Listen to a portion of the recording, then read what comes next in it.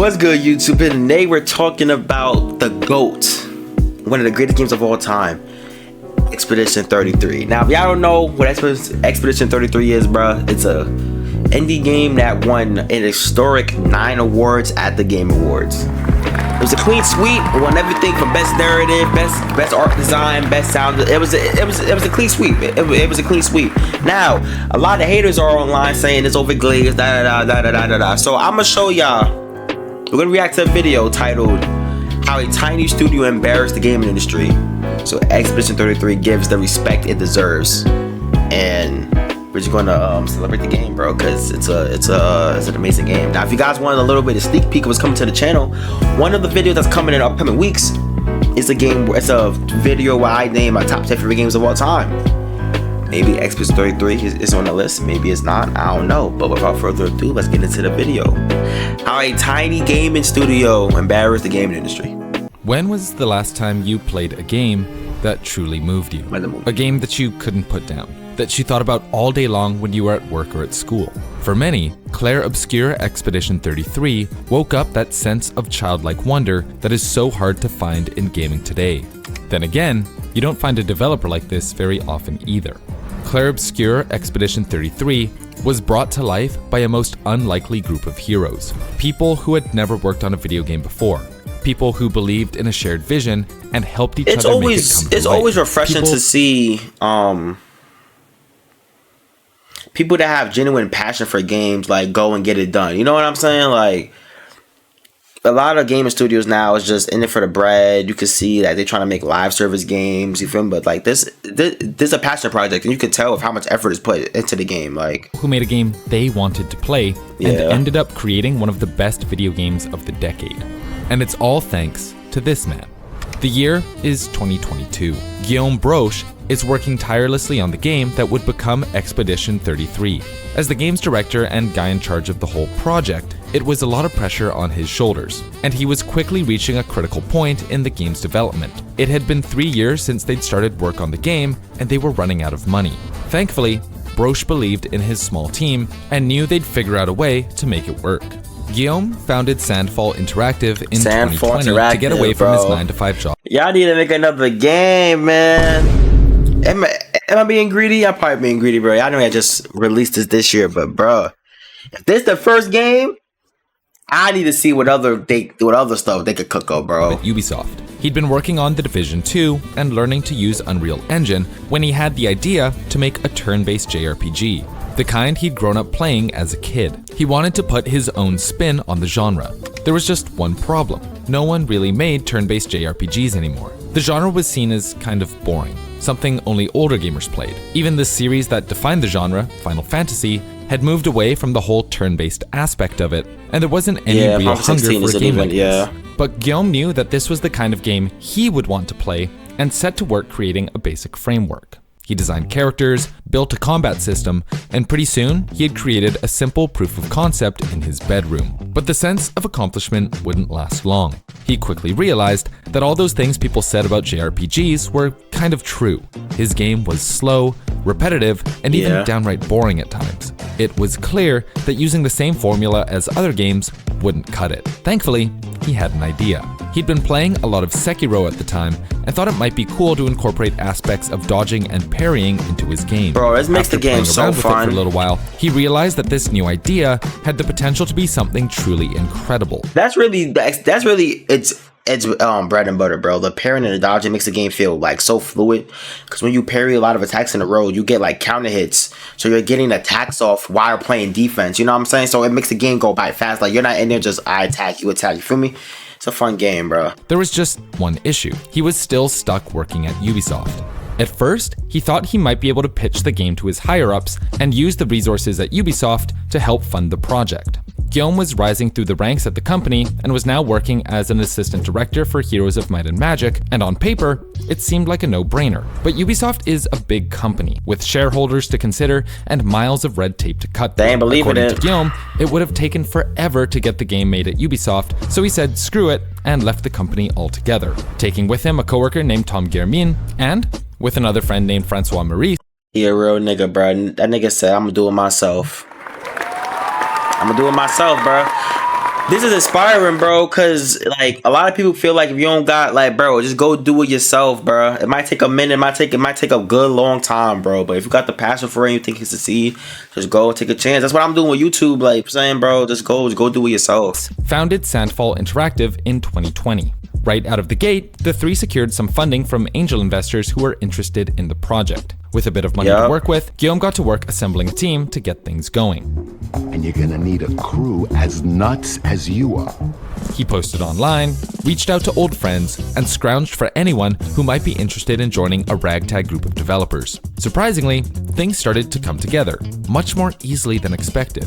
Guillaume and Tom soon had a team of 8 people, and it was the unlikeliest bunch you could ever expect. One of the studio's first hires was Nicolas Maxon Francombe. He was an old friend that Guillaume had met at university. He'd previously been working as an illustrator and concept artist at an events company similar to Cirque du Soleil, and knew how to create wonderful artwork and dress a set. But he had never even thought of working on a video game before. Still, when Guillaume approached him with the idea, he said yes immediately, joining on as the company's art director. The art director? I ain't gonna lie, that nigga the GOAT for real. That's a bro. He's the art director.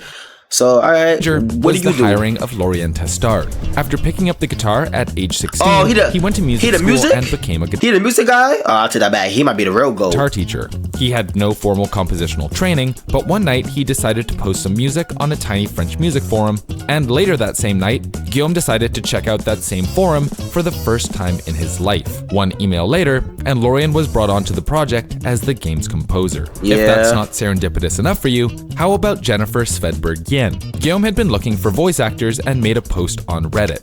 Jennifer was between jobs at the time and had been taking acting classes, so she decided, why not? Jennifer was hired on as a voice actor, and she and Guillaume started chatting via Discord. Through their conversations, it came out that Jennifer was an avid writer, and she offered to help clean up the game's dialogue before recording.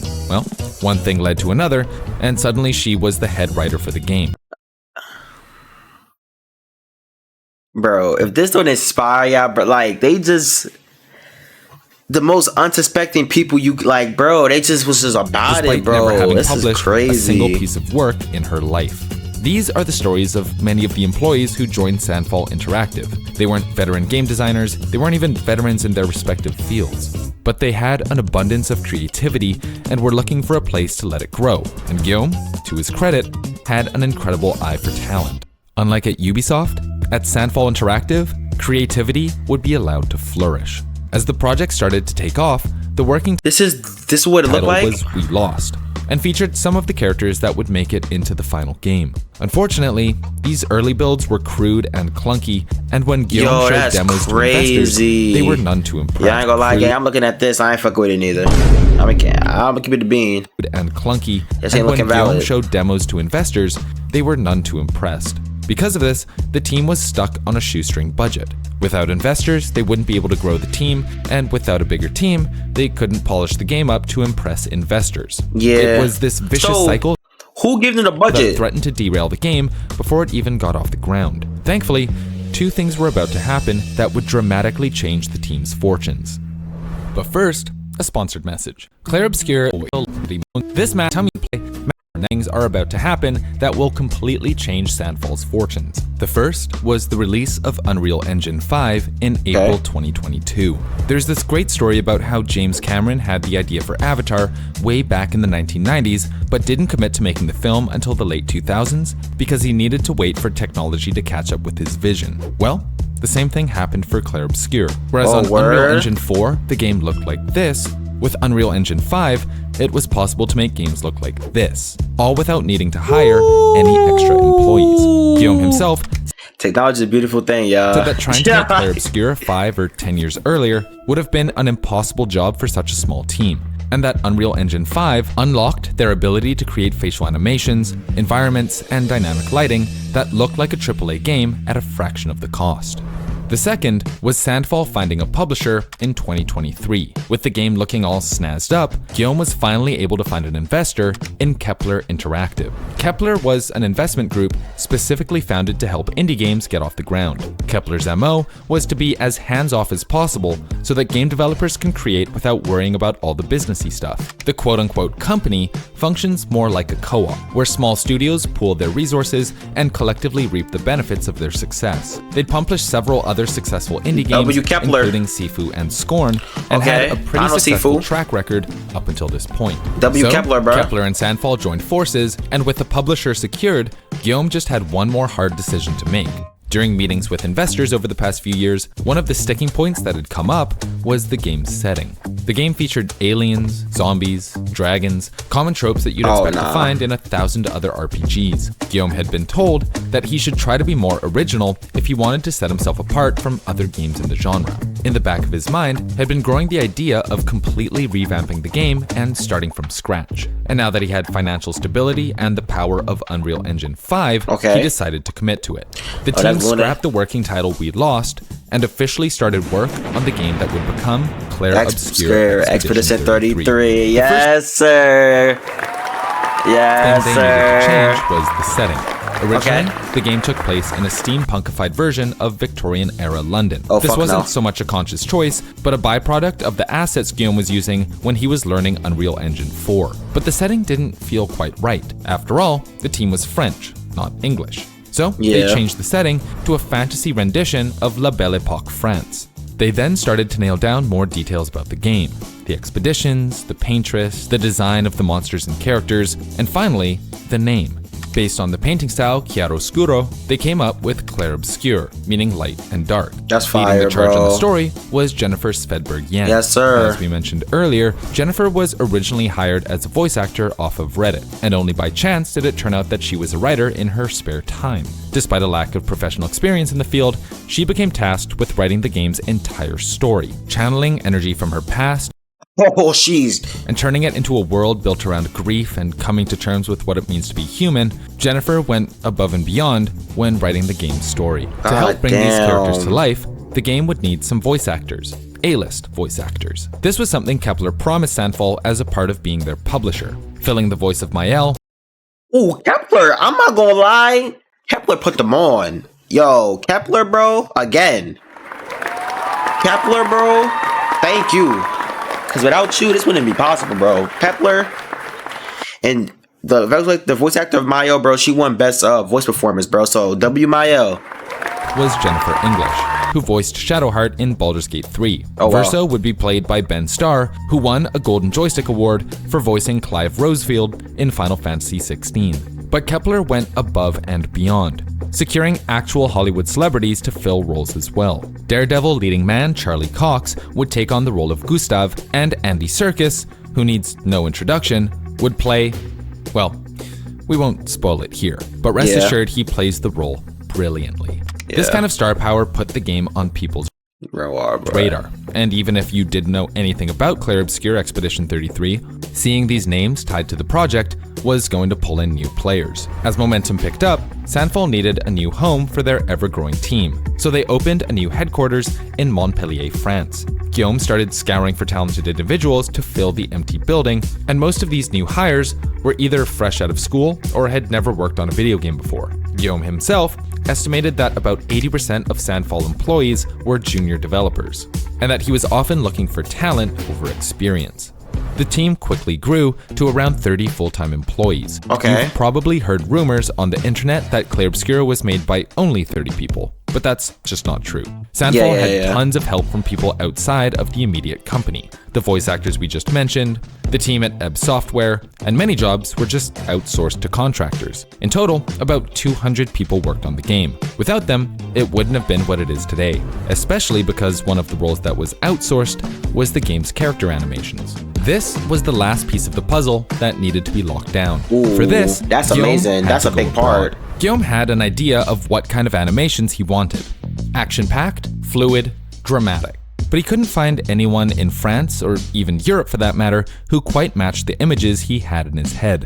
It took months for him to find someone, but one day, while scrolling YouTube, he came across a Korean animator named Kim Seong-yoon. His demo reels showcased all sorts of monsters with a lively animation style, and Guillaume reached out on a whim, completely expecting him to not respond. But, like the rest of this game's fairy tale development, the stars aligned, and Seong-yoon did respond, agreeing to work part-time It was destined, bro. outside of his 9-to-5 to complete animations for the game. It was This actually turned out destined. to be a lot of work, so Seong-yoon asked some of his animator friends to help out in their spare time as well. And when all was said and done, this group of Korean animators had created all of the animations in Expedition 33. That's so In short, crazy. some of the most fluid, action-packed gameplay we've ever seen in a turn-based RPG Yes, was bro. done by a bunch of friends in their spare time. That's so Heading crazy, into 2024, bro. the team was working on fitting all of the pieces together. The game went into alpha 6 months before its release, it was shown off at the Xbox Game Showcase in summer 2024, and the last question on everyone's mind was whether or not it would be a success.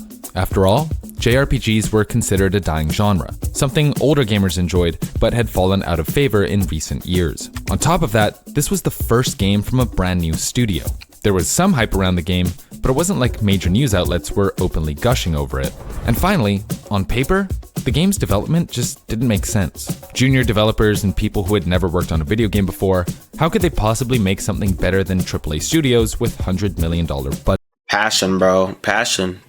You could always tell passion. Like, it goes, this is a completely different topic, but like rapping, for example, like, let's say two rappers is dissing each other.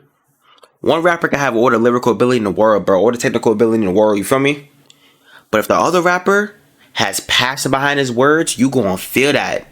You gonna feel it. The same thing with this, bro. Like, the passion, you could tell they cared about the game. This wasn't, they ain't half-assed, bro. Like, they cared, you, and like people feel it when they play it, bro. Like, it's very like prevalent, bro. But Clair Obscur Expedition 33 had heart. The team was small, but dedicated. Guillaume had assembled a group of like-minded individuals who all worked towards a common goal. They weren't afraid to try new things, take advice from each other, and go back to the drawing board when things went wrong. After 6 years of slow but steady progress, their passion project was finally released on April 24th, 2025, and the reception was nothing short of resounding. This game has reviewed better than almost any other game, that's ever come out. Story, probably the best story I've ever played in any game ever, period. End of story. 10 out of 10. This is one for the history books, ladies and gentlemen. It is a triumph. It is phenomenal. It's all I can think about. I love it dearly. It's a rare game. It took me back to the golden age of gaming. In 3 days, it sold 1 million copies. In 12 days, it sold 2 million, and 33 days after its release, they reached the 3.3 million copy That's beautiful, milestone. bro. These sales numbers would have been big for any game, but it was even more impressive given the fact that Expedition 33 also released on Xbox Game Pass day one. Yes. So there were millions upon millions of other players who aren't included in that metric. The game's garnered a 92% average score on OpenCritic, making it the highest rated game of 2025 on the platform. Its Metacritic user score also stands as one of the highest of all time as of July 2025. One of the most celebrated aspects of Expedition 33 is its innovative combat system, which blends turn-based mechanics with real-time elements. Critics praise the hybrid approach for breathing new life into the JRPG genre. Real-time dodging, parrying, and countering added an active dimension to battles, making every fight, no matter how mundane, feel exciting and dynamic. Coupled with the game's progression system and pictos, and fights take on a tactical team-building aspect that keeps the player engaged throughout the entire game. The game's artistic direction and world building were praised. The soundtrack topped Billboard's classical music and classical crossover charts in May 2025, and the quality of the music from beginning to end is a testament to Lorien Testard's hard work. In all, he composed 154 songs with 8 hours of total music, spanning multiple genres and garnering praise from just about everyone who played the game. But what the game did, above all else, was something you can't really quantify. Clair Obscur Expedition 33 captured that feeling of playing a video game as a kid. This sense of wonder and emotion and completeness that is so rare to find these days. A few years ago, Larian Studios took another old genre, the CRPG, and breathed life back into it, with CEO Sven Vick open about his philosophy that developed... Hey, man. I just want to say, bro, you ain't play Expedition 33 yet, bro. Go and play it, bro. What are you waiting on, bro? It's an amazing game. Like I said before, I don't like when people say, "Oh, I think it's mad overglazed." I think it's mad overglazed. Go and play it. Give your own opinion. You don't gotta think it's the best game ever, but give it the respect. You can, like, it's very possible to play a game and be like, it's not for me, but I understand why people like it. You know, like for me, I don't like a lot of FPS games. I just don't like them like that. But like, I can see why people like it. I guess, you feel me? Like, it's just what it is. Like, but go play Expedition 33. That's all I got for you, boys.